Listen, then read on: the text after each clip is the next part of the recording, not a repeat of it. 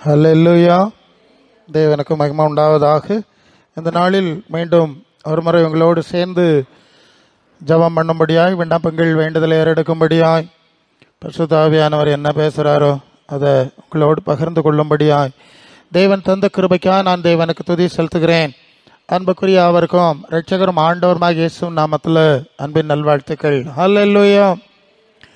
நாகர்கோயிலில் ஒரு குறிப்பிட்ட சபையில் நான் ஞாயிற்றுக்கிழமை மதியத்துக்கு பிறகு 4 மணிக்கு பிறகு ஒரு பைபிள் ஸ்டடி எடுப்பதற்காக நான் செல்லக்கூடிய ஒரு சூழ்நிலை இருந்தது.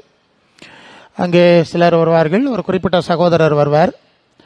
அவரிடத்துல நான் கேட்டேன், காலையில் நீங்கள் எங்கே போனீங்கன்னு கேட்டேன். இது ஞாயிற்றுக்கிழமை, நான் கேரளா அங்கெல்லாம் சுற்றிட்டு நேராக அங்கே போயிடுவேன்.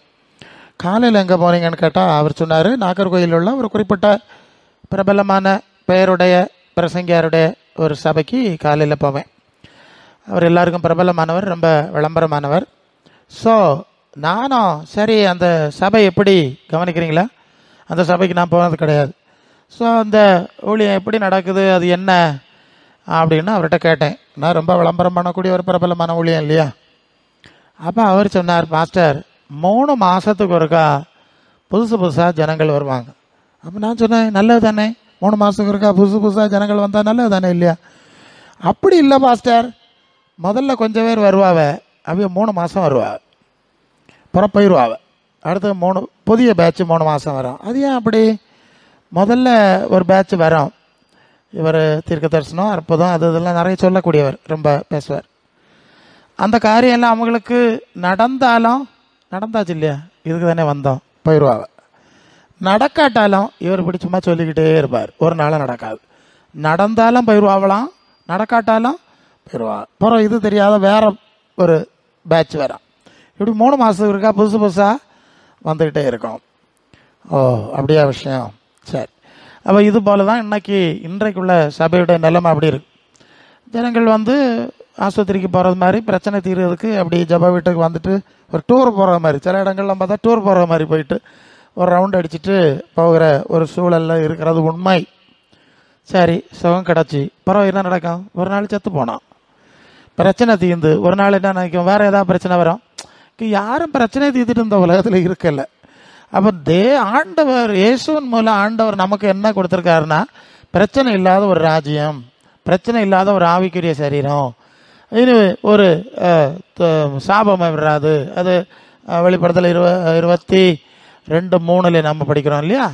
21:4 கண்ணீர் யாவையும் துடைக்கிறது. அப்போ கண்ணீர் யாவையும் துடைக்கிறது, மரணம் இல்லாமல் இருக்கிறது, ஒரு சூழ்நிலைக்கு நம்மை ஆயத்தம் பண்ணதுக்கு தான் அந்த ஊழியங்களை நடத்தி கொண்டிருக்கிறோம். அல்லையா?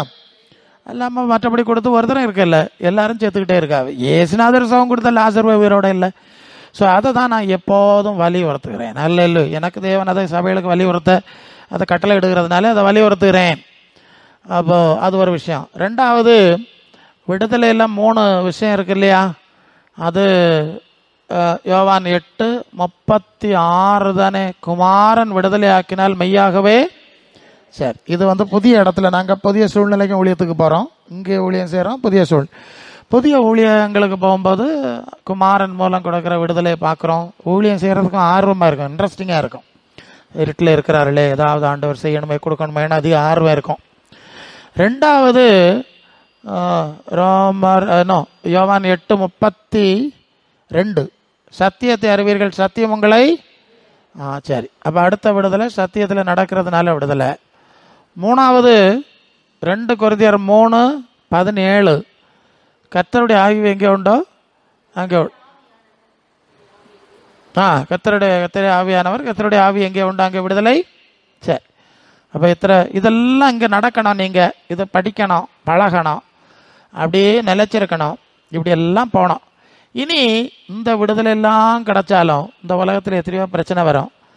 அதான் கண்ணீர் இல்லாத ஒரு ராஜ்யத்தை அவர் உண்டாக்கிட்டு இருக்கிறேன்னு சொல்கிறார். அங்கே போனால் அதுக்கு தகுதி. இந்த ப்ராசஸ் எல்லாம் எங்கே நடக்கணும்? சபையில் நடக்கணும். இந்த சபையில் சபையை விட்டு போகும்போது அல்லது உலகத்தை விட்டு போகும்போது அதுக்குரிய சூழ்நிலையில் அங்கே போனோம். இதுதான் சபையினுடைய வேலை. இது புரியணும். அதனால் வர அற்புதங்களை மட்டும் தெளிவாக சொன்னால் நான் இப்படி நினைக்கிறேன். மற்ற 6:31 முதலாவது தேவனுடைய ராஜ்யத்தை அவருடைய நீதியையும், அப்போ எல்லாம் உங்களுக்கு கூட. அதான உண்மை. நம்ம பிள்ளைகளுக்கு, நம்ம எல்லாம் பிள்ளைகள்லாம், நானும் தாத்தா தானே, பிள்ளைகளெல்லாம் வளர்த்த போது அது தொட்டில் கிடந்தது, சமயத்துக்கு தண்ணியை கொடுத்து, அதுக்கு காப்பியை கொடுத்து, பாலை கொடுத்து, துணியை மாட்டி குளிப்பாட்டி நம்ம தானே செஞ்சுருக்கோம்.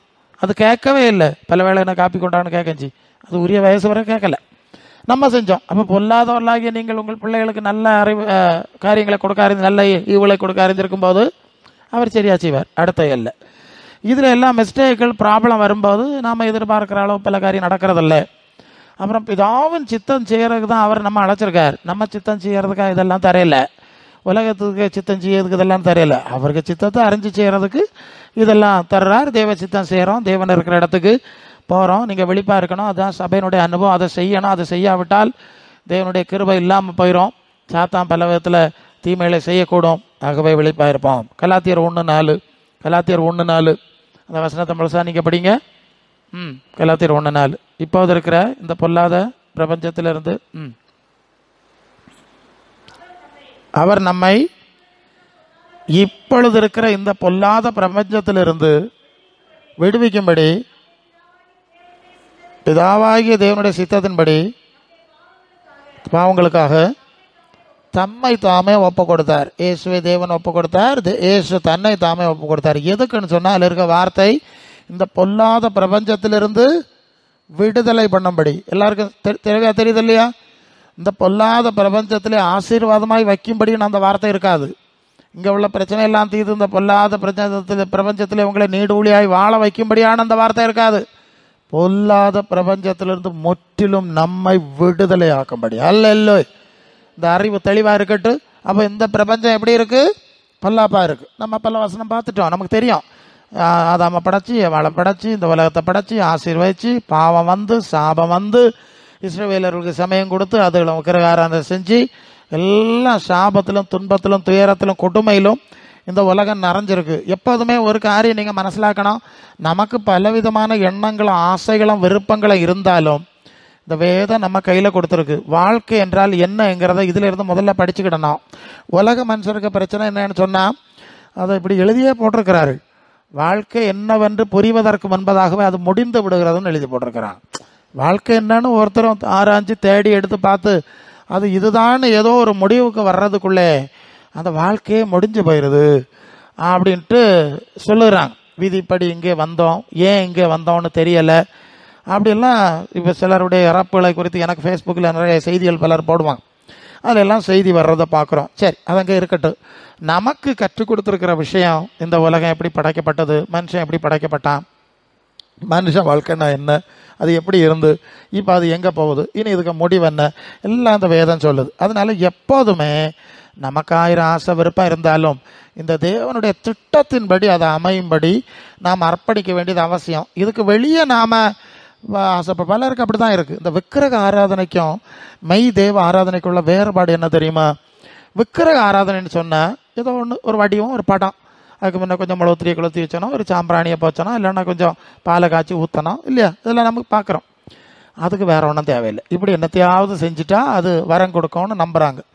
ஆனால் நாம் ஆராதிக்கிற தேவன் அது விக்கிரகம் கிடையாது, அவர் நீதி சட்டங்களின் தேவன். நீங்கள் லேவி 20:26 நான் பரிசுத்தராக இருக்கிறது போல நீங்கள் எனக்கேற்ற பரிசுத்தலாக இருக்கும்படி மற்ற ஜாதிகளை விட்ட உங்களை பிரித்தெடுத்தேன், என்னுடையவர்களாக இருக்கும்படி பிரித்தெடுத்தேன். இப்போ அந்த வேறுபாடு தெரியுது இல்லையா? பொதுவாக அவர் காரியம் புரியணும். இயேசுவின் நாமத்தில் நடத்தப்படுகிற சூழ்நிலைகளில் ஜனங்கள் பல வேளை அந்த விக்கிரகாரஸ்தலம், குருசடி அந்த மாதிரிலாம் இருக்கும். அந்த சூழ்நிலைக்கு போகிறது போல தான் இந்த சூழ்நிலைக்கு என்ன செஞ்சிருக்காவ? ஏன்னா அங்கே சுற்றி பழவனவங்க, அங்கே உட்காந்து புதுமைக்கு காத்திருந்தவங்க, இந்த புதன்கிழமை அதில் ஒன்று நடக்கும். ஸோ இது போல தான் இதையே நினச்சி விடுகிறார்கள். இது வேறுபட்ட ஒரு விஷயங்கிறத நாம் புரிய வைக்கணும். அது இல்லை, இது வித்தியாசமான ஒரு விஷயம், அவருக்கு பிரியமாக இருக்கும்படி நம்ம அழைக்கிறார். இந்த தேவன் அப்படிப்பட்டவர். இப்போ நம்ம பிள்ளைகள்கிட்ட எத்தனையோ நல்ல காரியத்தை எதிர்பார்க்க தானே செய்யும். எந்தாலையும் போன்னு சொல்லிட்டு எதையுமே நம்ம கொடுக்கல. பொறுப்பாக நடந்தால் நம்முடைய தேவன் அப்படி செய்வார். ஆக இதை மனசில் வைக்கணும்.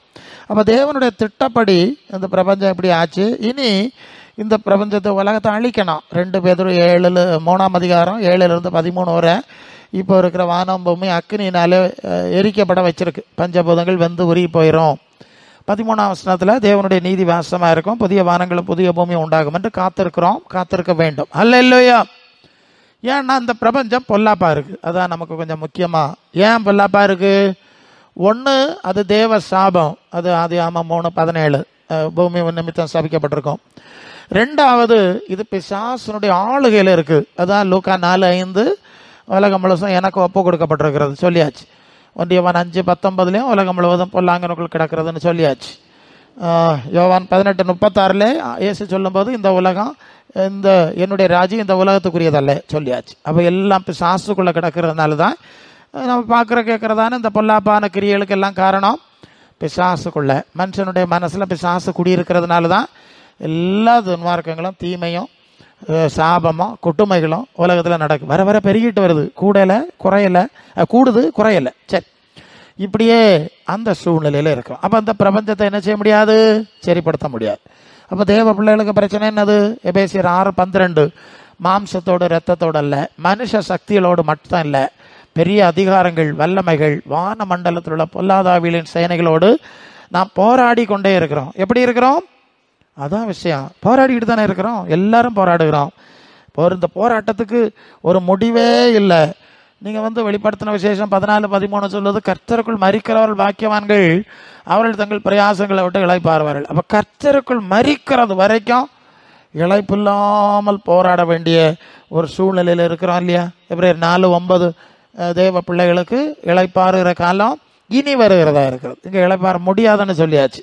ஏன்னா இது பொல்லாத பிரபஞ்சம், இது ரொம்ப துயரத்திலையும் கஷ்டத்திலையும் தீமையிலும் சாபத்திலும் இருக்குது. பிரசங்கி 1:13 பிரசங்கி சொல்லுவேன், நான் ஒரு பெரிய ஞானி, எல்லாவற்றையும் ஆராய்ச்சி பார்த்தேன், மனுஷர் இந்த கட்டும் தொல்லையில் அடிபடும்படிக்கு தேவன் அதை நியமித்திருக்கிறார். ஆமாம், அது ஆதியாகமம் 3:17 சொன்னாதான் பூமி சபிக்கப்பட்டிருக்கோம், அந்த வாழ்க்கை சபிக்கப்பட்டிருக்கோன்னு சொன்னால் தான் அவன் நினைவு கூறுகிறான். தேவனே அதை அப்படி நியமித்திருக்கிறார், அப்படி தான் இருக்குது. அது 4 பிரசங்கி 4:2-3 ஆதலால் இன்னும் உயிரோடு இருந்து பிழைக்கிறவர்களை பார்க்கலாம், முன்னமே காலம் சென்று மரித்தவர்களை பாக்கியவான்கள் என்றேன். இந்த 2 தரத்தார பார்க்கலாம். இந்த பூமிக்கு வராதவன் இன்னும் பாக்கியவான். இருக்க வசனத்தை நாங்கள் அப்படி தான் பேசணும். ஜனங்களுக்கு பல ஆசை இருக்கலாம், விருப்பம் இருக்கலாம், அதை பற்றி நாங்கள் பேச முடியாது இல்லையா? எங்களுக்கு கையில் கொடுத்துருக்க சட்டத்தை நாங்கள் பேசுகிறோம். இதுதான் உலகம், இதுதான் வாழ்க்கை. ஏசு சொன்னார் இல்லையா, உங்களுக்காக உங்கள் பிள்ளைகளுக்காகவும் அழுகள்னு சொல்லிட்டார். எனக்கு நிலைமை எப்படின்னா உங்கள் நிலைமை என்ன? நாங்கள் ஒன்றும் மாற்ற முடியாது, ஒருத்தரும் மாற்றலை, இயேசுவும் மாற்றலை, அப்போஸ்தலரும் மாற்றலை, எல்லாரும் இந்த பாதையில் தான் கடந்து போயிருக்கிறார்கள். அப்போ இந்த பிரபஞ்சம் ஒரு பொல்லாத சூழ்நிலையில் இருக்கிறது அப்படிங்கிறத மனசில் வைங்க. அதுதான் நீங்கள் ரோமர் 8 அந்த வார்த்தை கொஞ்சம் அது அடிக்கடி நினைவுறுதான். அது என்ன சொல்லுவேன்னா, சர்வ சிருஷ்டியும் ஏகமாய் தவித்து பிரசவேதனை 22:8-22 நமக்கு தெரிந்திருக்கிறபடி சர்வ சிருஷ்டியும் ஏகமாய் தவித்து பிரசவ வேதனைப்படுகிறது. ஆவியின் முதற்பலன்களை பற்றி நாமும் கூட நம்முடைய சரீர மீட்பாகிய புத்திர சுவிகாரம் வருவதற்கு காத்திருந்த நமக்குள்ளே தவிக்கிறோம். பார்த்தீங்களா? யாரு? அப்போஸ்தலர்கள், விசுவாசிகள், ஆதி திருச்சபையால் தவிப்போடு இருந்திருக்கிறாவ. நமக்கு என்ன செய்ய முடியும்? 2 கொரிந்தியர் 5 வந்தாலும் அது வருது பாருங்க. இந்த தேகத்தில் குடியிருக்கையில் பாரம் சுமந்து தவிக்கிறோம். 2 கொரிந்தியர் 5 4 நினைக்கேன். பாரம் சுமந்து அது முதலாவது அது 2 இருக்குது. தவித்து பரமவாசஸ்தலத்தை அடைய வாஞ்சியாக இருக்கும், இந்த பரலோகத்துக்கு போயிடலாமேன்னு ஆசையார். 4 பாரம் சுமந்து தவிக்கிறோம், மீண்டும் தவிக்கிறோம், தவிப்பு தான். 7 இந்த தேகத்தில் குடியிருக்கையில் கர்த்தரிடத்தில் குடியிராதவர்களாக இருக்கிறோம் என்று தைரியமாக இருக்கிறோம். தைரியமாக இருந்து தேகத்தை விட்டு குடி போகும், கர்த்தரிடத்தில் குடியிருக்கும், அதிகமாய் விரும்புகிறோம். இப்போ புரியுதா? இந்த உலகம் எப்படி சாபத்தில் இருக்குது? விசுவாசிகளை பேசுகிறேன், அவிசுவாசிகளை பேசலை, துன்மார்க்கரை பேசலை. அப்போஸ்தலர் சொன்னா தானே. அப்போ இயேசுவை பின்பற்றினவர்கள் இந்த தவிப்போடு வாழ்ந்தார்கள்னா நம்ம நிலைமை எப்படி? நம்ம அதை விட்டு தப்ப முடியுமான்னு ஒரு கேள்வி இருக்கு இல்லையா? மிஞ்சி நாங்கள் போக முடியாது. அவங்களுக்கு நிலைமை எப்படி இருந்தால் எங்கள் நிலைமை எப்படி? ஏசு சொல்லுவார், பச்சை மரத்துக்கு எதுனா பட்ட மரத்துக்கு நிலைமை எப்படி? அதுதான் நாங்கள் பேசணும். அப்போ இப்படி இந்த பொல்லாத பிரபஞ்சத்திலே நாம் சிக்கி இருக்கிறோம். இந்த பிரபஞ்சத்திலிருந்து நம்மை விடுவிக்க தேவன் குமாரனை ஏற்படுத்தினார். ஹல்லேலூயா. இயேசுவை சிலுவையில் பலியாக்கி இந்த சாத்தானு பிடியில், இருள் பிடியில், இந்த காலமெல்லாம் மரண பயத்தினாலே அடிமைப்பட்டவர்களை விடுதலை ஆக்கும்படி அவர் தம்முடைய குமாரனே மரணத்துக்கு ஒப்பு கொடுத்தார் என்று வசனங்களை நம்ம வாசிக்கிறோம். இப்படி எதுக்கு செய்தார்னா, இந்த பிரபஞ்சத்திலிருந்து நம்மை விடுவிக்கும்படியா. அல்லேலூயா. அவர் சொல்லுவாரு, நான் உங்களை இந்த பிரபஞ்சத்திலிருந்து விடுவிக்க விரும்புகிறேன். உங்களுக்கு விருப்பம் உண்டா? இல்லை பிரசங்கியாரு, நாங்கள் பிரபஞ்சத்தில் மூழ்க விரும்புகிறோம். பிரபஞ்சத்தில் நிறைய செய்திகள் வந்து ஆவியானவர் எனக்கு சொல்லு, நான் சொல்லுகிறேன். இந்த பொல்லாத பிரபஞ்சம் இது சாத்தானுக்குள்ளே கிடக்கு, இது சாபத்தில் கிடக்கு, விட தெரியாத கேள்விகளால் நிறைஞ்சிருக்குங்கிறத நம்ம இல்லையா சொல்லி கொடுக்கணும். புரியும்படி சொல்கிறேன். இப்போ மழை வரும், 2 நாள் கனமழை, அதி தீவிர மழை, மிக அதிக மழை பெய்யும், வெளிப்பாருங்கன்னு சொல்கிறாங்க. டேமை திறந்து விட்ருக்கோம், ஆத்தோர பகுதியில் இருக்கவங்க பாதுகாப்பான இடத்துக்கு போங்கன்னு சொல்கிறாங்கல்ல. வீட்டில் ஸ்டாம், புயல், மழை, ஹரிக்கேன் அடிக்கும் பயங்கரமாக, இவ்வளோ ஸ்பீடில் வருது, அதனால ரொம்ப சொல்கிறாங்கல்ல, அறிவு போடுறாங்கல்ல. உலக மனுஷன் புயல் வருது, இன்னது வருது, இன்னும் ஆபத்து வருது, விழிப்பாயிரு, பள்ளிக்கெல்லாம் லீவ் விட்டுரு, அவன் செய்கிறான் இல்லையா? அப்போ நாங்கள் என்ன செய்யணும்? நாங்களும் அந்த உலகம் இப்படி இருக்குது, சாத்தானுக்குள்ளே கிடக்கு, சாபத்தில் கிடக்கு, இப்படி இருக்குது, பரிசுத்தவான்களே ரொம்ப திணறி கொண்டிருக்கிறார்கள், நாம் அந்த பொல்லாத பிரபஞ்சத்திலிருந்து விடுதலை ஆவதற்கு தயாராகணும், இப்படி தானே சொல்லணும். இல்லை இல்லை, இது ஆசீர்வாதமாக இருக்குது, எல்லாம் ஆசீர்வதிப்பார், சுகமாயிரும், நீங்கள் எங்கே சாவ மாட்டிய, உங்களுக்கு பிரச்சனை, பொய் சொல்லணுமா? இது பொய் தானே. உலக மனுஷன் உண்மை சொல்கிறான், இதே இப்படி தான் இருக்குது, நீ கவனமாக இரு. அப்போ அதை விட நாங்கள் கவனமாக இருக்கணும். அப்படி இல்லைன்னா நாங்கள் பரலோக தேவ வேலை செய்யலை, சாத்தானுக்கு வேலை செய்யன்னு அர்த்தம். அல்லையோ, அவனுக்கு உலகத்துக்கு அவனுக்கு பிடியில ஜனங்கள். நான் ஏன் இதை சொல்கிறேன்னா, சில சூழ்நிலையில் நாங்கள் கடந்து வருவோம், எல்லா சூழ்நிலையிலும் ஊழியத்துக்கு போகும்போது அவங்க பிரச்சனை சொல்கிறாங்க. இந்த கடன் பிரச்சனைன்னு ஒரு விஷயம் அதிகமாக, ரொம்ப அதிகமாக இப்போ கேட்குறோம்.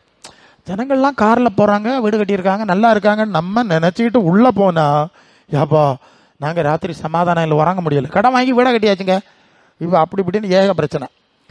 நான் அந்த சூழ்நிலை அப்படி பார்த்தோன்னே நினச்சேன், ஒரு வீட்டில் கடனை சொன்னார்கள், எவ்வளோ இருக்கும். நான் சொன்னேன், உங்கள்கிட்ட எவ்வளோ காசு இருந்துன்னு கேட்டேன். முதல்ல ஒரு வீடு கட்டுக்கு ஏதாவது நீங்கள் வச்சிருப்பியா இல்லையா? ஒன்றும் இல்லைப்பா சார், எல்லாமே கடன் வாங்கி தான் செய்தோம். அப்படியா? ஏன் அப்படி கேட்டேன்னா, அந்த வீட்டை பார்த்தேன், ஓஹோ இவ்வளவு பெருசாக போட்டிருக்கு, இத்தனை காரியங்கள் செட்டப் எல்லாம் செஞ்சு தான் வீடை போட்டிருக்கு.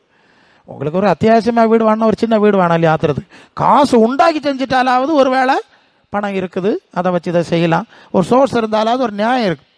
ஒத்த பைசா கையில் இல்லாமல் ஒரு அரண்மனை மாதிரி வீட்டுக்கு எப்படி பிளான் போட்டு எல்லாம் எப்படி விட்டு, கூரை தான் போட்டிருக்க, கதவு போடல, கடலில் இருக்கோன்னா எனக்கு புரியவே இல்லை. இப்போ புரியுதா நான் சொல்லுது? ஏன் இப்படி போனிய?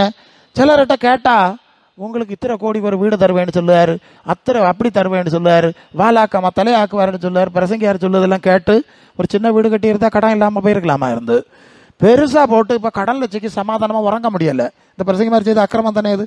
அவனுக்கு ஒரு வீடு வேணும், வீடு இல்லாதவங்களுக்கு வீடு வேணும். ஒரு சின்ன நமக்கு அவசியமாக வீடு போதும், நிலையான வீடு நமக்கு எங்கே இருக்குது? பரலோகத்தில் இருக்குது. கடன் வாங்காமல் வீட்டை கட்டிட்டு சமாதானமாக இருந்து இப்போ ஆத்மா ஆதாயம் பண்ண ஊழியம் செய், அப்படி இல்லையா சொல்லியிருக்கணும். இது இந்த ஆசீர்வாத கொள்கையினுடைய ஆபத்தை சொல்லு அவங்களுக்கு. நான் நிறைய பார்க்குறேன், போய் மாட்டிட்டேன் பாஸ்டர். இந்த கொரோனா வர்றதுக்கு முன்னால் நமக்கு தமிழ்நாட்டில் ஒரு பிரபலமான அண்ணா உண்டு, தொழிலில் எல்லாம் கைவிட்டு சேரெல்லாம் ஆசீர்வதிப்பார், அப்படி ஆசீர்வதிப்பார், இன்றைக்கே தருவேன், இப்பொழுதே தருவேன்னு கடந்து படம் காட்டுவார். ஒரு சிலர் வந்து பிரம்மாண்டமான தொழிலை ஆரம்பிச்சிருக்காங்க, அங்கே போகிறவிய, அந்த இயக்கத்தில் போகிறவிய, அங்கே போய் எல்லாம் ஆரம்பிச்சாச்சு. கொரோனா வந்துட்டு இந்த மனுஷனுக்கு கொரோனா வர்றதை பற்றி ஆண்டவர் வெளிப்படலை. கொரோனா வரும், பொருளாதார ப்ராப்ளம் வரும், இப்படி எல்லாம் வரும்னு அது வெளிப்படலை. புறவு மாட்டி தொழிலை நஷ்டப்பட்டு கடனும் கண்ணியும் பட்டு வேதனை. எனக்கு ஃபேஸ்புக் நண்பர்கள் சொன்னாங்க, இந்த மனுஷனுக்கு இதை கேட்டு நான் ஆரம்பித்து அழிஞ்சேன்னு. புரியலையா? இந்த மனுஷனுக்கு இதை கேட்டு இப்படி நிறைய சாட்சிகளை நாங்கள் கேட்குறோம், நீங்கள் கேட்க மாட்டியே, அதனால யாக்க சொல்லுது. அதனால இந்த கவர்ச்சி, இந்த பிரபஞ்சம் இது சாபம், இது எந்த தொட்டாலும் சாபம் தான். இதை விட்டு எவ்வளோ விலை போகிறோமோ அந்த அளவு சாபத்திலிருந்து விடுதலை கிடைக்குங்கிறதான் உண்மை. அப்போ இந்த பிரபஞ்சத்திலிருந்து விடுதலை பண்ணும்படி தான் இயேசு அனுப்பி இந்த சுவிசேஷம் நமக்கு தந்திருக்கிறார். அதனால தான் யோவான் 14:2-3 ஒரு ஸ்தலத்தை உங்களுக்கு அங்கே பிதாவின் வீட்டில் ஆயத்தம் பண்ணுவேன், நான் அங்கே தான் இருப்பேன், நான் இந்த பாழடைஞ்ச பூமியில் இருக்க போகிறதில்ல. நல்ல வார்த்தை இல்லை, நான் இருக்கிற இடத்துல நீங்களும் இருக்கும்படி வந்து கூட்டிகிட்டு போவேன். அவரே இருக்க மாட்டாராம். அது 18:36 யோவானில் சொல்லார், நீ ராஜாவான்னு கேட்டால் நீ சொல்லுபடி ராஜா தான், சத்தியத்தை குறித்து சாட்சி கொடுக்க வந்தேன், ஆனால் என்னுடைய ராஜ்யம் இந்த உலகத்துக்குரியதில்லை. எப்படி பச்சையாக சொல்லியாச்சு. அப்புறம் இந்த இயேசுவை பின்பற்றுகிறவர்கள் எப்படி ஆகி எங்கள் ராஜ்யம் உலக ராஜ்யம்னு சொல்ல முடியும்? தப்பு, இது பெரிய தப்பு. இப்படி நிறைய தவறுகள், வசனத்துக்கு சம்பந்தம் இல்லை, இயேசுக்கு சம்பந்தம் இல்லை, ஜனங்கள் இருட்டில் மூழ்கிறதுக்கு இதுவே ஒரு காரணமாயிட்டு. எப்போதுமே நம்ம அப்படி போகாதுங்க, கட்டுப்பாடாக போங்க, இருக்குதுல போங்க, கடன் வாங்காதுங்க. கடன் வாங்குறது ஒரு தவறான அனுபவம். ஒரு வேளை சாப்பிடுறதுக்கு வழியில் கடன் வாங்க வந்துட்டாலும் ஒரு நியாயம் சொல்லலாம் பாருங்க, ரொம்ப அத்தியாவசியம் வழியில் அது கூட சாத்தானுடைய கண்ணி. கடன்னு சொல்லுது சாத்தானுடைய ஒரு கண்ணி, புரிஞ்சுக்கணும். அது பலருக்கு புரியலை. ஸோ ஜனங்கள் அதில் போய் உலகத்தாரை பார்த்து அந்த படத்திலே சிக்கி சிக்கி அவன் உடனே தந்துடுவேன்னு சொல்லுவான். பிறகு சமாதானம் இல்லாமல் ஆயிரும். வட்டிக்கு வட்டி பல மடங்குன்னு சொல்லுவா. அவள் கணக்கு கேட்டால் தலை சுற்றுது எங்களுக்கு, சரியா? அதனால் இந்த பிரபஞ்ச சாபமானது இதுக்குள்ள மூழ்காதருங்க, விடுவிக்க ஆண்டவர் விரும்புகிறார். அப்போ நமக்கு அந்த மனசு வேணும். சரி ஆண்டவரே, எங்களை இந்த பிரபஞ்சத்தில் மூழ்காதபடி எங்களை காக்க வேண்டும் அப்படிங்கிற ஒரு ஆசை வரணும். ஆண்டவர் சொல்வார் இல்லையா, யோவான் 17:14-16, நான் உலகத்தான் அல்லாது போல நீங்கள் இவர்கள் உலகத்தார் அல்ல. அப்போ அந்த உலகத்தான் அல்ல என்கிற மனசு நமக்கு வரணும். நான் உலகத்தான் அல்ல, உலகம் தற்காலம், கொஞ்ச நாளைக்கு இருப்பேன், ஆண்டவர் இருக்க வீட்டுக்கு போகிறேன், என்னுடைய கைவேலை இல்லாத நித்திய வீடு இல்லையா? அது 2 கொரிந்தியர் 5:1, தேவனால் கட்டப்பட்ட கைவேலை இல்லாத நித்திய வீடு அங்கே உண்டு. இது நித்தியமான வீடு இல்லை.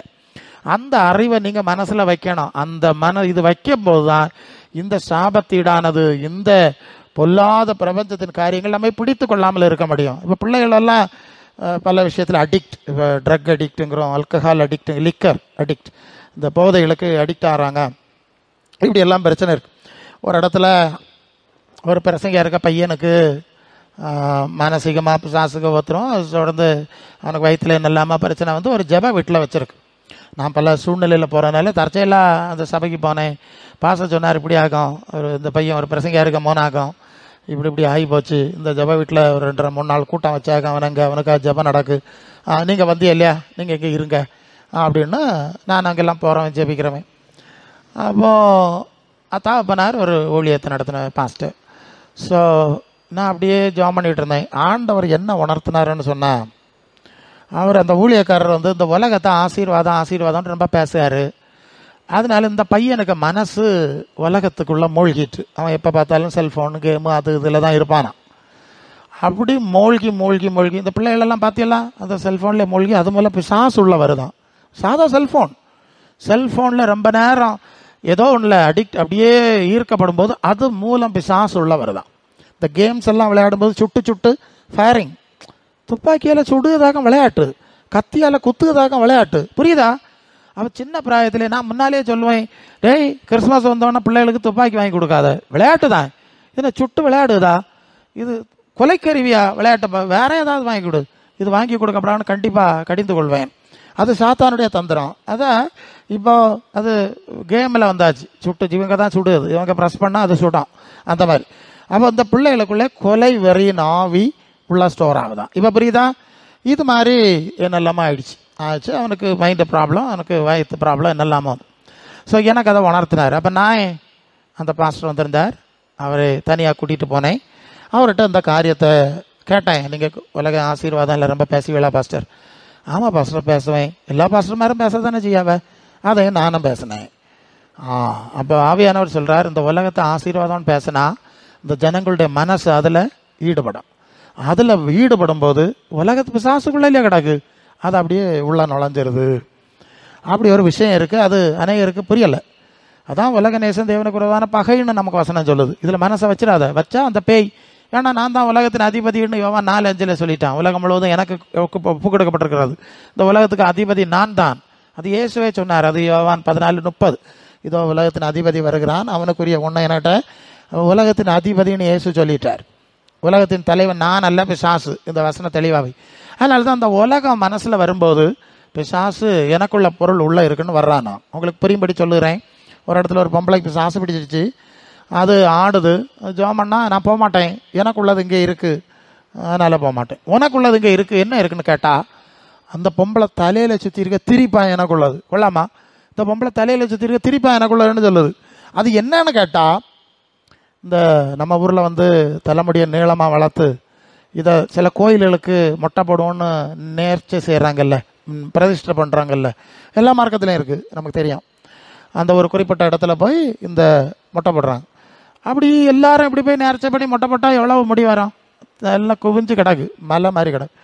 அவன் அந்த கோயில் நிர்வாகம் என்ன செய்யுது, இதை இந்த தலைமுடியெல்லாம் வச்சு பல ப்ராசஸ் பண்ணி பண்ணுறாங்கல்ல, விக்கு இந்த மாதிரி. அப்படிப்பட்டவனை கூப்பிட்டு இப்படி இருக்குது ஏலம் போட்டு அவன் வித்துடுறான், அவன் வாங்கிட்டு போகிறான். அவன் வாங்கிட்டு போய் திருப்பான், சுற்றுறான், விக்கு செய்கிறான், நிறைய அந்த முடியை வச்சு என்ன பல ப்ராசஸ் நடக்கும். இப்படி செய்யப்பட்ட ஒரு திரிப்பான இந்த விரதம் வாங்கிட்டு வந்து இந்த வீட்டம்மா பக்கத்தில் ஓடி தெருவில் ஓடி திரிப்பான்னு கொண்டு போனேன். இந்த பொம்பளை பார்த்தது நமக்கு தலைமுடி கட்டையாக இருக்குன்ட்டு ஒரு திரிப்பானை வாங்கி சொருவிட்டு மெனிக்கிட்டே நடந்ததே பேயா வந்துட்டு. இப்போ புரியுதானே சொல்லுது? பேயா எங்கோடி வந்து அவளுக்கே தெரியாது, வேற ஒன்றும் செய்யலை, திரிப்பான் வாங்கி கட்டுறது தான். இது எங்கேன்னு அவ்வளோ தெரியுமா? இப்போ பேயா ஜப வீட்டில் கிடந்து ஆடிட்டு இது எனக்கு உள்ளது அங்கே கொடுத்தது, நான் எப்படி போவேன் கொள்ளாமா, அப்புறம் கலத்தி போட்ட பிறகு போச்சான். புரியுதா உங்களுக்கு? ஒரு தலைமுடி யாருக்கு வேணும்? இந்த தலைமுடி யாருக்கு வேணும்? ஒரு பேய்க்கு சாமர்த்தியம், ஒரு சின்ன காரியம் நம்மகிட்ட இருந்தாலும் அதை வச்சு நமக்கு மேலே உரிமை பாரு. அதனால தான் சில வேலை ஜோமண்ண போகும்போது அப்படி இருந்த பாஸ்டர் பார்ப்பாரு, டேய் கையில் என்ன கட்டியிருக்க, அது ஆறு இடுப்பில் தாயத்தை கட்டி இருக்குதியா, அங்கே கட்டி இருக்குதியான்லாம் நாங்கள் பாஸ்டர் செய்வார், நம்ம பாஸ்டர் செய்வார். அப்படியே ஜோமனிட்டு இருப்பார், அப்படியே பார்ப்பார், கழுத்தை பார்ப்பார், இதை பார்ப்பார், பிறகு பாரு இடுப்பில் தாயத்தை கட்டி இருக்குதியா, அதை மாற்றுங்க, அதை வச்சுக்கிட்டு இருக்கேன், இது எனக்குள்ள தாயத்து இருக்குன்னு. கேரளாவில் ஒரு இடத்துல ஒரு பொம்பளை இந்த மாதிரி பயங்கரமான உலக வெளிப்பாடெல்லாம் சொல்லி நிறைய கூட்டம் நடத்திக்கிட்டு இருந்தது தான். திடீர்னு செத்து போச்சு. எப்படி செத்து போச்சுன்னா சைலண்ட் அட்டாக்னு சொல்கிறாங்க. ஹார்ட் அட்டாக், நெஞ்சு வலி வந்து அட்டாக் வர்றது அது கொஞ்சம் தெரியும், நெஞ்சு வலி பிரயாசம், ஒரு வலியுமே வராது, திடீர்னு இருக்காவ மயந்துக்கு கீழே விழுந்துருவாங்க, கேட்டால் அதை சைலண்ட் அட்டாக்னு சொல்கிறாங்க. இது மாதிரி சைலண்ட் அட்டாக்கில் திடீர்னு செத்து போயிடுச்சு. அப்போது அந்த கூட்டத்துக்கு போகிற ஆளும் எல்லாம் பக்கத்தில் உள்ள எல்லாம் வந்து நீ அடக்கம் பண்ணுக்கு குளிப்பாட்டுக்கு போனாவலாம். அது இடுப்பில் 18 தாயத்து இருந்ததான். எத்தனை தாயத்து? இடுப்பில் 18 தாயத்தை கட்டிட்டாக்க அங்கே குறி அடிச்சு. அது இப்போ உங்களுக்கு புரியுது? உங்களுக்கு புரியலையா? பாட்டு பயங்கரமான கதை. நான் போன இடத்துல கேரளாவில் ஒரு சபையில் பிரசங்கம் பண்ண இடத்துல அந்த பாஸ்டர் சொன்னது, பாஸ்டர் இப்படி ஆக இருக்குது, இவ்வளோ நடவடிக்கை எல்லாம் தாயத்தில் போகுது. சில பிரசங்க மாதிரி இடுப்பில் தாயத்தை தகடு கட்டி உள்ளே கட்டிக்கிடுது, வெளியே தெரியாது, செய்ய ஆகலாம், நிறைய இருக்குது. நான் சொன்னால் அது ஒரு நல்லா இருக்காது, எனக்கு தெரியும். நாங்கள் எப்படி கண்டுபிடிப்போம்னா அவங்க பேசுகிற அந்த செய்தி இருக்குல்ல, இப்போ தீர்க்க தரிசனம் இருக்குது, வெளிப்பாடு இருக்குது, அது தேவ பிள்ளைகள் பக்தி விருத்தி அடைவதற்கு புத்தியும் ஆறுதல் உண்டாக பேசுகிறான். சில காரியங்களை ஆவியானவர் சொல்லலாம். பெரும்பாலும் உலக காரியங்கள் ரொம்ப சொல்கிறதில்ல. உனக்கு ஆறுதல் படுத்துவார், உனக்கு நன்மை தருவார், அது ஒரு அளவு தான். எப்போ பார்த்தாலும் அந்த உலக பிரகாரமான காரியத்தை பேசிகிட்டு இருந்தோன்னா அது உலகத்தின் ஆவின்னு அர்த்தம். இப்போ புரியுதா? அதான் அதுக்கு விஷயம். நமக்கு வேண்டிய தருவார், ஆறுதல் தருவார், உன்னை கைவிட மாட்டேன், அப்படி இருக்குது. எப்பமோ கண்மூடித்தனமா நான் இதுக்கு முன்னாலே சொல்லியிருக்கேன். ஸோ அது வந்து குறி சொல்லுகிற ஆவின்னு ஆவியானவர் எனக்கு சொல்லி தந்தார். ஏன்னா எனக்கு இதெல்லாம் தெரியணும் சூழ்நிலையில். இது குறி சொல்லுகிற ஆவி, அது இப்படி தான் சொல்லும். அப்புறம் காசு கேட்பாங்க, கவனிச்சிருக்கீங்களா? இப்படி சொல்லிட்டு என்ன செய்வாங்களா? காசு கொடு, காசு கொடு, ஆமாம் சரி பைசா கொடுன்னு கேட்குறாங்க ஆளுவ. பெருசுங்க மாதிரி கேட்காவ, அது ரொம்ப சங்கடமாக இருக்குது, புரியலையா? காசு கேட்குறாவ. அப்போ இது குறி சொல்லுகிற ஆவி. தேவ ஆவி நல்ல செய்கிறவங்க காசுக்கு செய்ய மாட்டாங்க, சொல்லுவாங்க, ஜெபம் பண்ணுவாங்க, போயிடுவாங்க, கூட்டத்துக்கு வாருங்க என்னன்னு சொல்லுவாங்க. அடுத்த உபதேசம் சொல்லி அவங்கள என்ன செய்யணும்? நடத்தணும். ஆனால் அந்த குறி சொல்லுகிற ஆவி 2 கேரக்டர் நீங்கள் புரிஞ்சுக்கிடுங்க. ஒன்று பெல்லும் பிரேக்கம் இல்லாமல் சொல்லுவாங்க, 2வது காசு வாங்குறதுலேயே குறியாக இருப்பாங்க நம்மகிட்டேருந்து. ஸோ இந்த 2ம் குறி சொல்லுகிற ஆவியினுடைய கேரக்டர். இது நீங்கள் புரிஞ்சுருக்கேன். ஆனால் இப்போ நடக்குது. ஸோ இப்படி இந்த பிரபஞ்சத்தில் மூழ்கடிச்சிடுறாங்க. ஆவியானவர் எனக்கு சொன்ன செய்தி, அப்பா இது ஆபத்து, தீமை, அழிவு. இந்த அழிவுக்குள்ள இந்த ஜனங்கள் என்ன செய்கிறாங்க? சொல்லி இல்லாப்பா கொடுக்கணும், இது ஆபத்து, இது சாபம், இது தீக்குளத்தை வச்சிருக்கு, இது சாத்தானுக்குள்ளே இருக்குது, எடுக்க முடியல, தேவ ராஜ்யத்தை தேடுங்க, தேவ சித்தம் செய்யுங்க, அப்போ தேவன் உதவி செய்வார். அதாவது நமக்கு தேவன் உலகத்தில் உதவி செய்கிற காரியத்தில் ஒரு நுட்பத்தை நீங்கள் புரிந்து கொள்ள வேண்டும். நீங்கள் வெளிப்படுத்தல் 3:10 அந்த பகுதி முன்னால் வருது. அது என்னது? நீ என் வசனத்தை கை கொண்டபடினாலே 3:10 நீ பொறுமையா இருந்தாய், சொல்லிய வசனத்தை காத்து கொண்டபடினாலே பூமியில் குடியிருக்கிறவர்களை சோதிக்கும்படி பூச்சக்கரத்தின் மீதெங்கும் வரப்போகிற சோதனை காலத்தில் தப்பும்படி நான் உன்னை காப்பேன். அந்த வார்த்தை பாருங்க. அப்போ இயேசு ஆண்டவருடைய வசனத்தில் நடக்கிறவர்கள், சத்தியத்திலே பொறுமையாக நடக்கிறவர்களை பூமியிலே வரக்கூடிய பல சூழ்நிலையிலிருந்து காக்கிறேன். அது அந்த பொருள் புரிஞ்சுக்கிட்டீங்க. அவர் எப்படி காக்கிறாருன்னா 1 கொரிந்தியர் 10:11 இது விசுவாசிகள் புரிய வேண்டிய ஒரு விஷயம். எவ்வளவு ஜாக்கிரதைன்னு பாருங்க. 1 கொரிந்தியர் 10:11 இவளெல்லாம் திருஷ்டாந்தங்களாக சரி. ஸோ இல்லை 1 கொரிந்தியர் 10:11 தானே. சோதனையோடு தப்பும்படி போக்கையும் உண்டு பண்ணுவார். அதில் இருக்கா 13 சொல்லு. சோதனை அல்லாமல் வேற சோதனை உங்களுக்கு நேரிடவில்லை இருக்கிறாரே, ராணிக்கு மேலாய் சோதிக்கப்படும்படி இடம் கொடாமல் சோதனையை தாங்கத்தக்கதாய் கூட தப்பிக்கொள்ளும்படியான அந்த வார்த்தை சோதனையோடு கூட தப்பிக்கொள்ளுகிற போக்கு. போக்கு என்ன புரிஞ்சிய? சோதனை தீராது, பிரச்சனை தீராது, பிரச்சனை கொழுந்து விட்டு எரிஞ்சுக்கிட்டே இருக்கும். ஆனால் தேவ பிள்ளைகளுக்கு தப்பி போகிறக்கு ஒரு வழி கிடைக்கும். புரிஞ்சுதா? நைஸாக தப்பி ஓடிடணும், அவ்வளோதான். இந்த பிரபஞ்சம் பிசாசுக்குள்ள, பொல்லாங்கனுக்குள்ள, தீமைக்குள்ள, சாபத்தில் கிடக்குதுனால முழுசாக இதை மாற்ற முடியாது. அதுதான் நீங்கள் புரிய வேண்டிய விஷயம். இது விசுவாசிகள் அறியணும். எல்லா பிரச்சனையும் அப்படி மாத்திர ஏற்பாடு இல்லை, தீக்குளத்துக்கு வச்சாச்சு. ஆனால் தேவ பிள்ளைகளுக்கு தப்பி போகிறதுக்கு ஒரு வழி கிடைக்கும். அந்த நெருக்கத்தில் எல்லாம் நாங்கள் கடந்து வந்தனால பேசுகிறோம். நான் சொல்லட்டா, நேராக சொல்லட்டா, ஒரு முறை எங்கள் ஊரில் அந்த பஞ்சாயத்து ஆஃபீஸ், வில்லேஜ் ஆஃபீஸ் எல்லாம் இருக்குது. ஏதோ ஒரு காரியத்துக்கு நான் வில்லேஜ் ஆஃபீஸுக்கு போனோம். அதில் வெளியே நிற்கிறேன், நிறைய பேர் வராங்க. ஒருத்தன் வந்தான், அவன் எனக்கு கொஞ்சம் பழக்கம் இல்லை, நாங்கள் படித்த காலத்தில் சேர்ந்து படித்தோம். அவன் இன்னொரு ஊர், அதனால் பழக்கம். இப்போ அவன் தண்ணி எப்போ பார்த்தாலும் தண்ணியில் தான் நிற்கான். அப்போ தண்ணியில் தான் வந்தான், அப்படி ஆடி ஆடி உள்ளே வந்துட்டான். நான் பாம்போல் நிற்கிறேன். என்னட்ட வந்தான், என் சட்டை என்ன இப்படி தான் சட்டை போடுவியான்னு கேட்டான். என் தாடியை பிடிச்சி இழுத்தான். கிண்டலாக தான், அவன் பாட்டுக்கு என்ன பழக்கம்லாம் இல்லையா, என்னெல்லாமோ சொல்லி எனக்கு எல்லாரும் பார்த்துட்டே இருக்காங்க. 4 பக்கத்தில் இருந்தோம். எனக்கு இது என்ன அது கறக்க பையன் தெரிஞ்சவன் தான், அவன் பழக்கத்தில் தான் செய்கிறான். அதனால அவன் செய்கிறது கொஞ்சம் என்ன கஷ்டப்படுத்த மாதிரி. நான் அப்படி இருந்தேன். கொஞ்சம் அந்த பக்கம் போனால் அங்கே வருவான், இந்த பக்கம் போனால் அங்கே வருவான். நான் மனசுக்குள்ள தெய்வமே இந்த சாசுகிட்ட என்னை விடுவிக்கணுமே, இங்கே எல்லாரும் பார்த்துட்டு இருக்காங்க. ஒரு தரம் உதவிக்க வரையில, ஒன்றும் வரையில. அப்படி பையன் நடந்து என்ன செஞ்சேன், அந்த வெளியே அந்த கேட்டு இருந்து அந்த கேட்டுக்கு பக்கத்தில் போனால் அவன் கூட வந்தாச்சு. எங்கே ஓடுகான்னு சொல்லிட்டு வந்தாச்சு. இனி என்ன செய்யணும், கேட்டுக்கிட்ட போனதான் உண்டு பாருங்க. அந்த பக்கம் மெயின் ரோடாகும். அந்த ரோட்டில் 3 நல்ல உயர்ந்த வாலிபர்கள், நல்ல இளைஞர்கள் 3 பேர் வந்தார். அப்படி வந்தால் ஒருத்தன் ஓடி வந்து அவனுக்கு சட்டை பிடிச்சி, என்னல நினச்சிருக்கிற நீ, ஆளால் வழி நடக்க விட மாட்டியலான்னு பிடிச்சி 2 போட்டானுவேன். அதுக்குள்ளே நான் பறந்துட்டேன். புரியுது சொல்லுது இல்லைன்னா வேற வில்லங்க வரும். எனக்கு தப்பி போகிறக்கு ஒரு போக்க ஆண்டவர் உண்டாக்குனாரு, நான் பறந்துட்டேன். என் மனசிலாயிட்டு. இப்படி தான் நாங்கள் தப்பு இதை பார்த்துடுங்க. தப்பி போகிறக்கு ஒரு போக்க எங்கேயாவது உண்டாக்க இங்கே இருக்க பிரச்சனை எல்லாம் தீரம், நாங்கள் நீ நாளைக்கு பார்க்கலாம், ஒரே ஓட்டம். சரியா? அப்போ இது போலையாக நாங்களும் கண்ணிகளில் இருந்து தப்பி வர்றது. இப்படி சொன்னால் நாங்கள் சொல்லிக்கிட்டே இருக்கணும். சரி, அப்போ எப்படி தேவ பிள்ளைகள் இந்த பொல்லாத பிரபஞ்சத்தில், உலகத்தில் தீமையான காரியங்களிலிருந்து தப்பு வைக்கப்படுகிறார்கள்ங்கிறத நீங்கள் உணரணும். அப்போ நாங்கள் எவ்வளோ பயத்தோடு நடக்கணும், ஜாக்கிரதையோடு நடக்கணும். ஆண்டவரே மாட்டிடக்கூடாது. சில ஆளுகளை பார்த்தாலே பயந்தான். இப்போ நேரடியாக வரப்போகிறது இல்லையா, ஆளுகளுக்குள்ளோடி தானே வருது. பேஞ்ச வரப்போகிற அவனுக்கு தெரியும், அவனை தொட முடியாதுன்னு. யூதாஸை காட்டி கொடுக்க இயேசுவை காட்டி கொடுக்க யூதாஸு கூட வர்றான். ஸோ எவ்வளோ பயத்தோடும் பக்தியோடும் ஜாக்கிரதையோடும் நம்ம வாழ வேண்டிய சூழ்நிலை இருக்குன்னு தெரியுதா? அந்த பயம் இன்னைக்கு ஜனங்களுக்கு கிடையாது. அல்ல, வாழுகிற உலகம் சாபத்தில் இருக்குது, ஆபத்தில் இருக்குது, பொல்லாத பிரபஞ்சம், இதிலிருந்து விடுவிக்கிறதுக்கு ரெடியாக இருங்கன்னு சொல்லியிருந்தா இவங்க எல்லாம் அதை புரிஞ்சிக்காமல் இருக்கிறான். இன்னொரு சம்பவம் நம்ம இனி வருகையை பற்றி பார்ப்போம். லூக்கா 21:34 36 வரை நீங்கள் படிச்சிங்கன்னு சொன்னால், உங்கள் இருதயங்கள் பெருந்தண்டியினாலும் வரியினாலும் லௌகீக கவலைகளினாலும் பாரமடையாதபடி நீங்கள் நினையாத நேரத்தில் அந்த நாள் மேல் உங்கள் மேல் வராதபடி எச்சரிக்கையாயிருங்கள். பூமியிலெங்கும் குடியிருக்கிற அனைவர் மேலும் ஒரு கண்ணியை போல வரும்.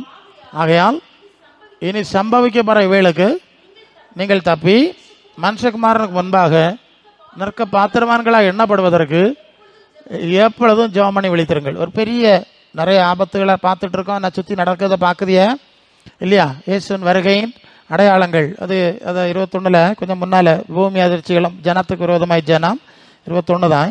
முன்னால் அது எத்தனை 18 இல்லையா 17 ஜனத்துக்கு விரோதமாய் ஜனம் ராஜ்யத்துக்கு விரோதமாய் 21 ஹல்லேலூயா 11 10 11 21 லூக்கா தான். அவர் ஜனத்துக்கு விரோதமாய் ஜனம் ராஜ்யத்துக்கு விரோதமாய் ராஜ்யம் எழும்பும் இடங்களில் மகா பூமி அதிர்ச்சிகள், பஞ்சங்கள், கொள்ளை நோய்களும் உண்டாகும். வானத்திலிருந்து தோற்றங்களும் உண்டாகும். இப்போ 28க்கு வருவோமா? 28 இவைகள் சம்பவிக்க தொடங்கும் போது 28 இவைகள் சம்பவிக்க தொடங்கும் போது மீட்பு சமீபமாக இருப்பதால் நீங்கள் நிமிர்ந்து பார்த்து தலைகளை உயர்த்துங்கள். நல்ல கவனிங்க. ஏற்கனவே நான் நல்ல நடக்கலாம் பார்த்துட்டு இருக்கீங்க, கொள்ளை நோயெல்லாம் பார்த்துட்டோம், எல்லாம் நடந்துட்டு இருக்கு. அப்போ இது தொடங்கும் போது, முடியும் போதில் தொடங்கும் போது இப்போமே சீக்கிரமாக நான் என்னுடைய பிள்ளைகளை மீட்க போகிறேன். அதுதான் பாயிண்ட். அப்போ பொல்லாத பிரபஞ்சத்திலிருந்து விடுவிக்கிறதுக்கு தான் இயேசுவை அனுப்பி சுவிசேஷத்தை தந்தார். பிரபஞ்சத்தில் மூழ்கி அந்த பிரபஞ்சத்தோட வாரி கொண்டு போவதற்கு அல்ல. அதை நம்ம பார்த்துட்டோம். இப்போது வருகையின் கால சூழ்நிலையில் அவர் சொல்லுவார், இன்னும் பேர் ஆபத்துகள் இன்னும் உலகத்துக்கு வரப்போகுது, உங்களை நான் மீட்க வேண்டும், மீட்க விரும்புகிறீர்களா, உங்களுக்கு மீட்படைய விருப்பம் தானா அப்படின்னு கேட்குறாரு. விரும்பும்படி நீங்கள் அதுக்கேற்ப தகுதியாக நீங்கள் இருந்தால் தான் மீட்க முடியும்னு சொல்லுகிறார். ஏன்னா அது ஒரு கண்ணியை போல் வரங்கிற வார்த்தையை பார்த்தோம். அது 35 இல்லையா? சரி, கண்ணின்னா என்ன தெரியுமா? கண்ணின்னா என்ன தெரியுமா? இந்த குருவியல் பிடிக்கிறதுக்கு கண்ணி வைப்பான். நான் வச்சுருக்கேன், பையனாக இருந்த வேலைனால தான் எனக்கு அது அப்படியே தெரியும். நான் கண்ணி வச்சு குருவி பிடிச்சிருவேன். அந்த கண்ணிகளை வச்சு அதுக்கு வேண்டிய ஆகாரங்கள் எல்லாம் போடுவோம். அது நல்லா இஷ்டப்பட்டு சாப்பிட்ற ஆகாரங்களை போடுவோம். எல்லாம் ஆவேசப்பட்டு அப்படியே ரொம்ப ஆர்வமாக சாப்பிடு நேரம் ஒன்றுக்கு கண்ணி காலில் விழும், ஒன்றுக்கு சிறவில் விழும், ஒன்றுக்கு களத்தில் விழும். அந்த கண்ணிக்கு சிஸ்டம் அப்படி திடீர்னு அப்படி இப்படி அடிக்கும். அடித்தோன்னா மற்றதெல்லாம் பறந்துடும். இதுக்கு நல்ல இது கைவிடப்படும். நம்ம கைவிடப்பட்டாதான் பட்டா அதை அடியை பார்க்கணும் எப்படி இருக்கும். திடீர்னு எதிர்பாராம அதை நாங்கள் பார்த்தவங்க இல்லை, கொஞ்சம் பிந்துனா செத்து போயிடும். இந்த களத்தில் கண்ணி விழுந்தோன்னா எருவி செத்துடும். ஸோ ரெடியாக இருப்போம், அதை பிடிச்சி எடுத்துருவோம். ஸோ கண்ணி என்றால் என்னங்கிறத நான் நேரடியாக செஞ்சு பார்த்தவன், எனக்கு தெரியும். ஆண்டவர் சொல்லார், இது மாதிரி தான் கண்ணியை போல ஆபத்து வரும், கண்ணியை போல வரும். நீங்கள் பிரசங்கி 9:12 மச்சங்கள் கொடிய விலையில் அகப்படுவது போலவும் குருவிகள் கண்ணியில் பிடிபடுவது போலவும் பொல்லாத காலத்திலே மனப்புதலர் தங்களுக்கு நேரிடும் ஆபத்துகளில் சிக்கிக்கொள்வார்கள். சரியா? சடுதியாய் சீக்கிரம் என்ன நடக்கிறது? எஸ் நாங்கள் போகிற வழியை வீட்டுக்குள்ளே இருக்கிறவர்களுக்கு கொள்ளலாம். ஒவ்வொரு நாளும் நாங்கள் போகிற வழியில் பார்க்குறதும் எங்களை மயிரிழையில் கடந்து செல்கிறதும் பார்த்தா அப்போது தெய்வமே இருக்க முடியாது. அது காரும் சரி தான், பைக்கும் சரி தான். அன்ன தினமும் நான் எவ்வளோ ஓடுறவன் எனக்கு தெரியும். அப்படி தான் நடந்துக்கிட்டே இருக்குது. நீங்கள் பார்த்துட்ருக்கீங்க, பத்திரிகை செய்தியை பார்த்துட்ருக்கீங்க, மீடியாஸ்லேயும் பார்க்குறீங்க. அப்படி ஒரு பொல்லாத காலம். இது மாதிரி ஒரு இவ்வளவு தூரம் விபத்துகள் நடக்கும், எப்போதாவது ஒன்று நடக்கும். இது தேனா ஆயிரக்கணக்கில். ஏன்னா எல்லாமே இந்த வண்டி, பைக்கு, இந்த மாதிரிப்பட்ட காரியம், மிஷினரிஸ், ஆக்சிடென்ட்ஸ். ஸோ அப்படிப்பட்ட ஒரு காலத்தில் இருக்கிறோம். அப்போ இயேசுவின் வருகை என்று சொல்வது ஒரு கண்ணியை போல வரும். அது என்ன கண்ணின்னா, ஒன்று என்ன நடந்துட்டு இருக்கிறது. அடுத்த விஷயம் என்னன்னா, நீங்கள் அதை வெளிப்படுத்தின விசேஷம் 12ஆம் அதிகாரம் 7ஆம் வசனத்தில் எழுன்னு சொன்னால், வானத்தில் யுத்தம் உண்டாயிற்று, மிகாவிலும் அவனை சேர்ந்த தூதரும் யுத்தம் பண்ணியும், வலு சர்ப்பமும் சேர்ந்த தூதரும் யுத்தம் பண்ணியும் ஜெயம் கொள்ளவில்லை, இருந்த இடம் காணப்படாமல் போயிட்டு. 9 மோசம் போக்குற சாஸ் என்று சாத்தான் என்று சொல்லப்பட்ட பழைய பாம்பாகிய வலு சர்ப்பம் தள்ளப்பட்டது, பூமியில் விழ தள்ளப்பட்டு. சரி, கூட அவன் தூதர்களும் இப்போ நடத்துங்க. இது என்ன விஷயம்னா புரிஞ்சுருங்க.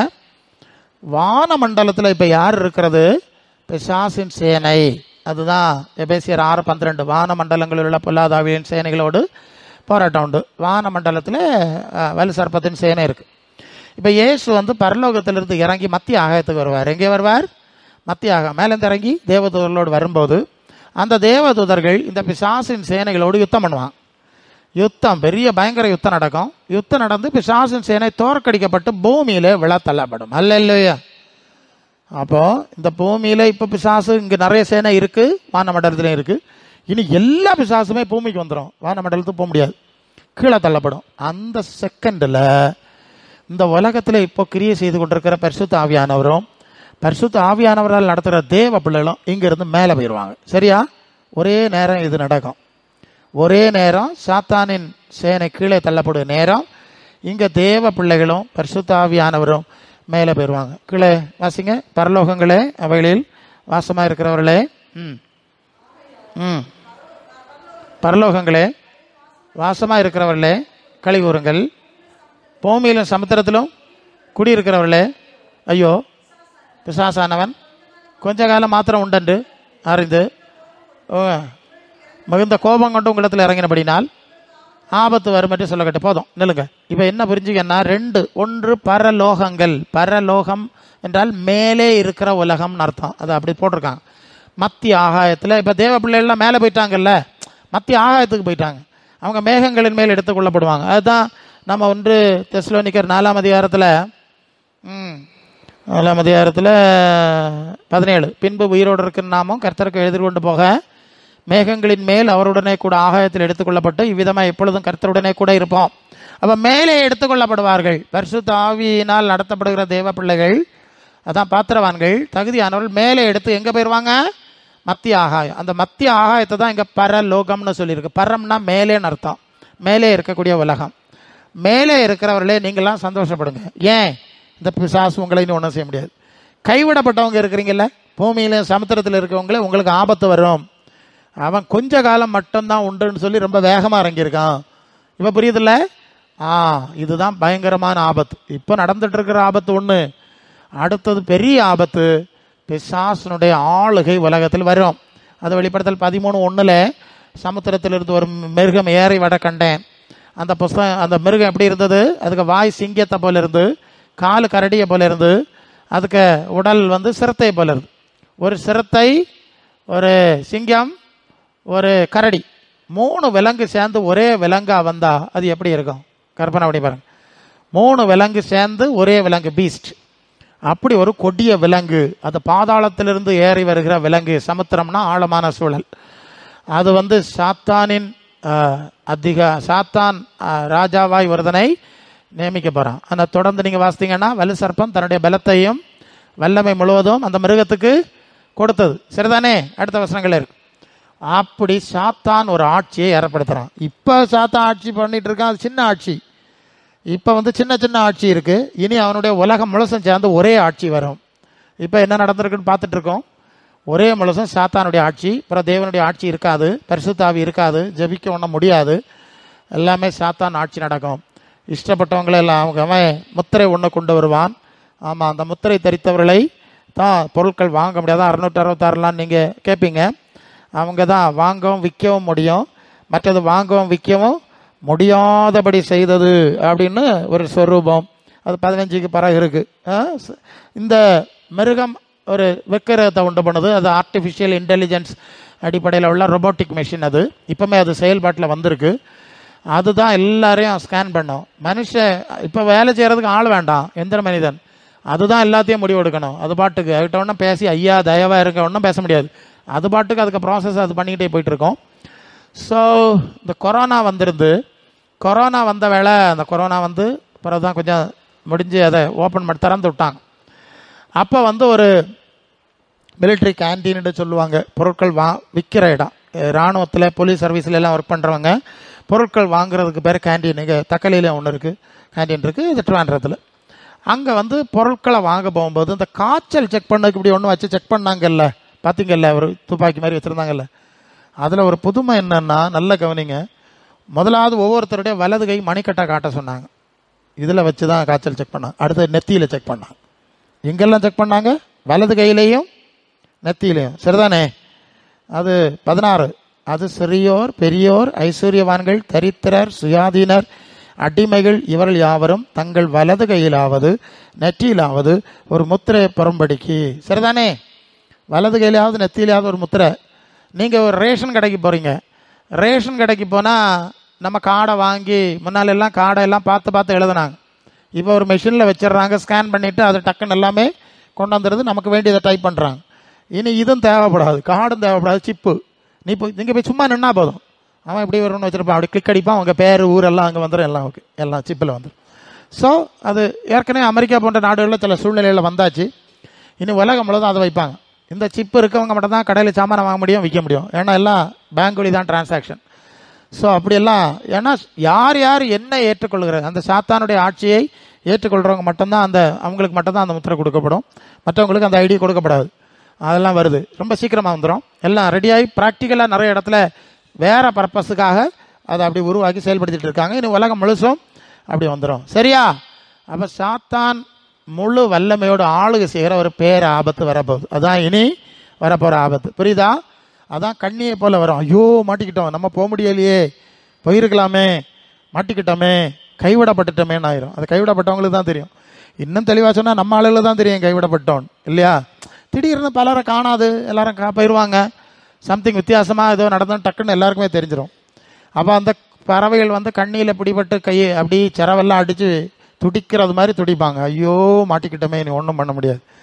அதான் பூமி எங்கும் ஒரு கண்ணியை போல வரும். அந்த கண்ணியில் சிக்காமல் தப்பனோன்னா நீங்கள் மனுஷகுமாரனுக்கு முன்பாக நிற்க பாத்திரவான்கள் அல்லது தகுதியானவர்களாக எண்ணப்படும்படி ஜெபம் பண்ணி விழிச்சிருக்கணும். இப்போ நீங்கள் என்னெல்லாம் ஜெபம் பண்ணுறீங்க பார்த்தீங்களா, என்னெல்லாம் சொல்கிறாங்க நீங்களே பார்த்துருங்க. ஜனங்களுக்கு உலகம் ஆபத்தில் இருக்க தெரியாது, பேரழிவில் இருக்க தெரியாது, இந்த பிரபஞ்சம் பொல்லாப்பாக இருக்கிறது தெரியாது. பிரசங்க மாற அதை சொல்லிக் கொடுக்கல, நாங்கள் தான் சொல்லி தரணும் உங்களுக்கு. இதெல்லாம் எங்களுக்கு தானே சொல்லி தந்திருக்கு, எல்லார்ட்டையும் இருக்குது, நீங்கள் படிக்கலை. எங்களுக்கு இதை சொல்ல தான் வேலைக்காரனை வச்சுருக்கு. இதை சொல்லு ஆபத்து வருது, தீமை வரப்போகுது, அதனால் நாங்கள் சொல்லி ஆகணும். சொல்லினா குற்றம் எங்கள் மேல் சுமரும். அதுதான் உங்களுக்கு உணர்த்துக்கிறோம். அப்போ இப்போ எதுக்கு ஜபிக்கிறோம்னு சொன்னால், இந்த கண்ணியில் மாட்டாமல் தப்புவது ஜபம் தான் முதல் ஜபம். அல்ல அதுக்கு பிறகு மற்ற காரியங்களை பார்க்கலாம். இதுதான் சபைக்கு சொல்லுகிற செய்தி. காதுள்ளவன் கேட்க கடவன். அது ஜனங்களுக்கு புரியலை. சில காரியங்கள் பேசினா உங்களுக்கு கஷ்டமாக இருந்த மாதிரி இருக்கும். ஆனால் உலகம் அப்படி தான் இருக்குது பாருங்க. நீங்கள் சொல்லுங்க, ஆண்டவர் வந்தால் இதெல்லாம் போட்டுட்டு போக முடியுமா, குடும்பத்தை தள்ளிட்டு போக முடியுமான்லாம் கேட்காவ. உலகத்தில் என்ன நடக்குது? வேலைக்கு போன புருஷன் வீட்டுக்கு திருப்பி வரையில தெரியுமா உங்களுக்கு? பள்ளிக்கு போன பிள்ளை வீட்டுக்கு வந்து சேரல தெரியுமா உங்களுக்கு? நடந்துட்டு இருக்க உலகத்தில் நடக்குது. வீட்டை கட்டினவன் குடியிருக்கல, கல்யாணத்துக்கு கார்டு போட்டவன் கல்யாணம் நடத்தல தெரியுமா? வெளிநாட்டுக்கு போனவன் வரையல. எத்தனை பிரச்சனை நடந்துனே இருக்கு. யாரை தடுக்க முடிஞ்சது? ஒருத்தர் தடுக்க முடியலை. அதனால ஓகே, சில காரியங்களை நம்ம கட்டுப்பாட்டில் இல்லை. அப்புறம் எல்லாம் விதின்னு எடுத்துக்கணும், இல்லைன்னா தேவ சித்தான்னு எடுத்துக்கணும், அல்லது அவருடைய தீர்மானத்தின்படி எல்லாம் நன்மைக்கு எதுவாக நடக்கிறது. எங்களுக்கு வேற என்ன சொல்ல முடியும்? அவ்வளோதான் சொல்ல முடியும். இதுதான் சூழல்.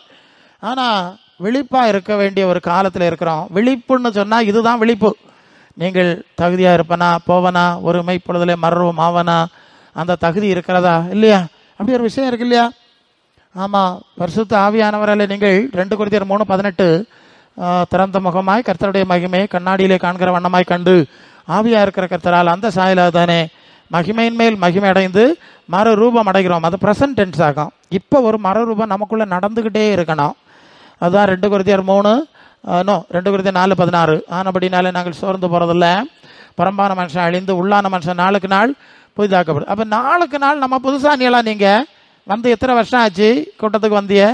உள்ளான ரீதியிலும் புறம்பான ரீதியிலும் கிறிஸ்துவுக்கேற்ற மறுரூபம் உங்களுக்கு வந்தான்னு நீங்கள் பார்த்துக்கிடணும்.